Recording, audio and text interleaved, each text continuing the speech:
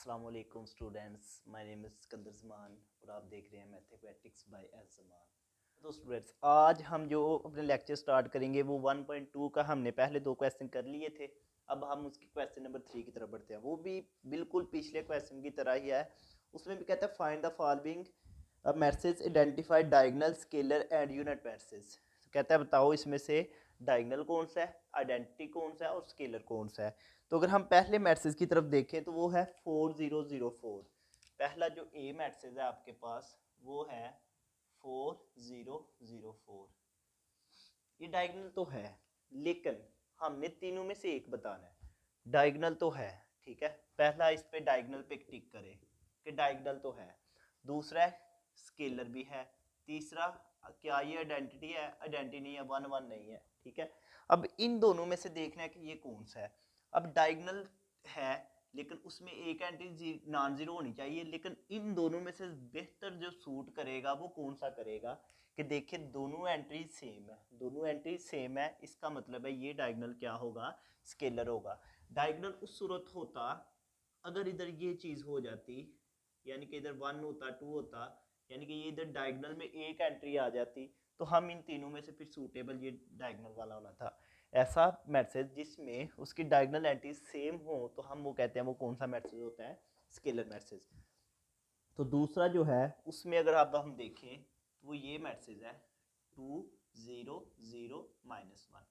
तो देखिए आइडेंटिटी नहीं है क्योंकि 1 1 नहीं है डायगोनल में, स्केलर नहीं है क्योंकि डायगोनल की एंट्री सेम नहीं है, तो फिर डेफिनेटली कौन सा मैट्रिक्स होगा, डायगोनल मैट्रिक्स, ठीक है। ये डायगोनल मैट्रिक्स है हमारे पास।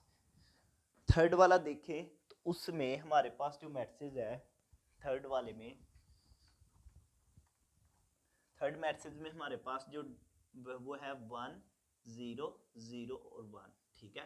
तो देखिए उसके डायगोनल में जो एंट्रीज है वो 1 1 है, ठीक है, 1 1 है। तो इसलिए इसको हम क्या कहेंगे, ये कौन सा मैट्रिक्स है, आइडेंटिटी मैट्रिक्स है, ठीक है, ये आइडेंटिटी मैट्रिक्स हो गया। उसके बाद अगर हम डी वाले की तरफ बढ़े तो उस पर हमारे पास है डी वाला पार्ट जो है वो है 3 0 0 0। तो देखिए आइडेंटिटी नहीं हो सकता क्योंकि डायगोनल में 1 1 नहीं है। स्केलर नहीं हो सकता क्योंकि डायगोनल की एंट्री सेम नहीं है, तो फिर डेफिनेटली ये कौन सा होगा, डायगोनल मैट्रिक्स, ठीक है, ये डायगोनल मैट्रिक्स होगा। उसके बाद हमारे पास लास्ट वाला जो है वो है आपके पास E इज इक्वल टू 5 - 3 0 0 और 1 + 1।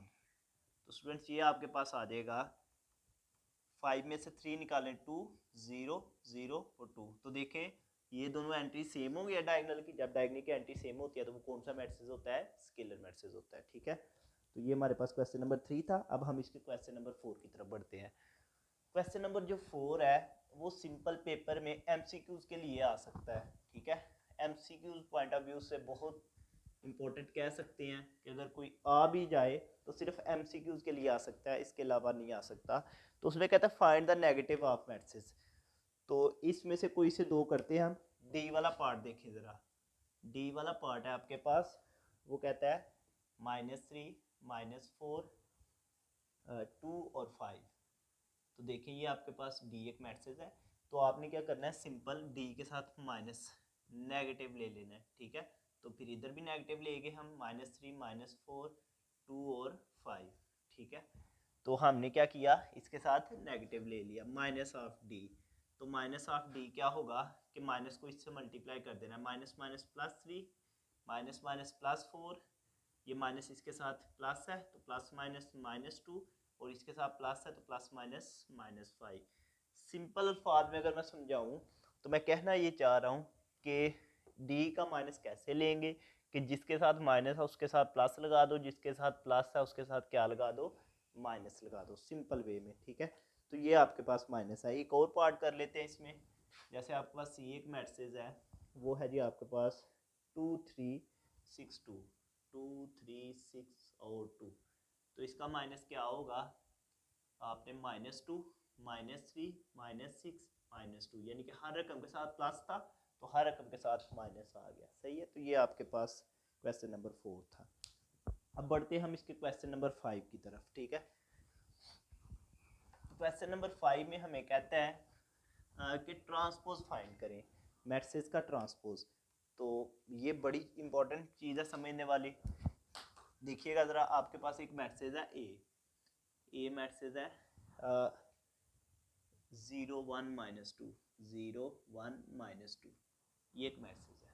तो आपने क्या करना है, ट्रांसपोज का मतलब मैंने डेफिनेशन समझाई थी कि ऐसा मैट्रिक्स जिसमें रोज को कॉलम में और कॉलम को रोज में चेंज कर दें तो वो हमारे पास ट्रांसपोज होगा। तो ए का ट्रांसपोज आपके पास क्या आएगा कि देखें ये कॉलम था, आप इसको एक ही रो में लिख दें, ठीक है। तो ये आपके पास ए का ट्रांसपोज आ जाएगा, ठीक है। उसके बाद अगर हम इसका एक तो पार्ट और करें तो सी वाला पार्ट देखें।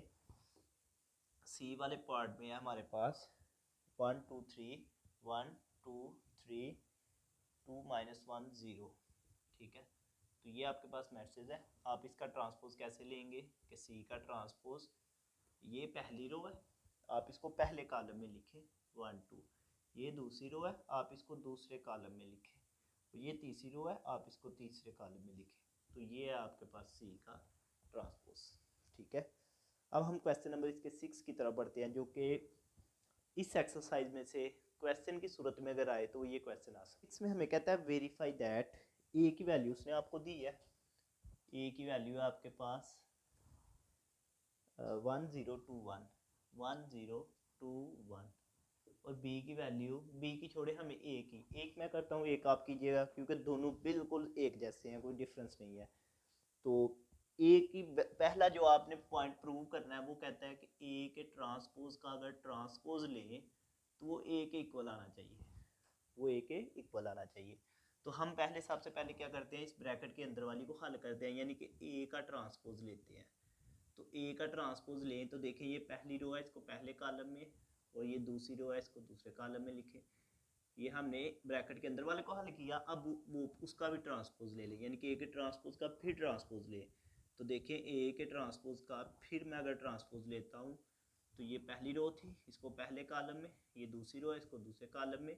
तो देखें कि ये आंसर जो था ए के ट्रांसपोज का ट्रांसपोज, ये वाला जो आंसर था ये ए का ही नहीं था, तो इसकी जगह ए लगा दे। तो आप इधर लिखते कि हैंस प्रूव दैट, ठीक है, यही आपने प्रूव करना था।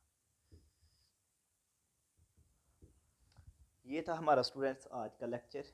इंशाल्लाह ज़िंदगी रही तो फिर मुलाकात होगी। अल्लाह।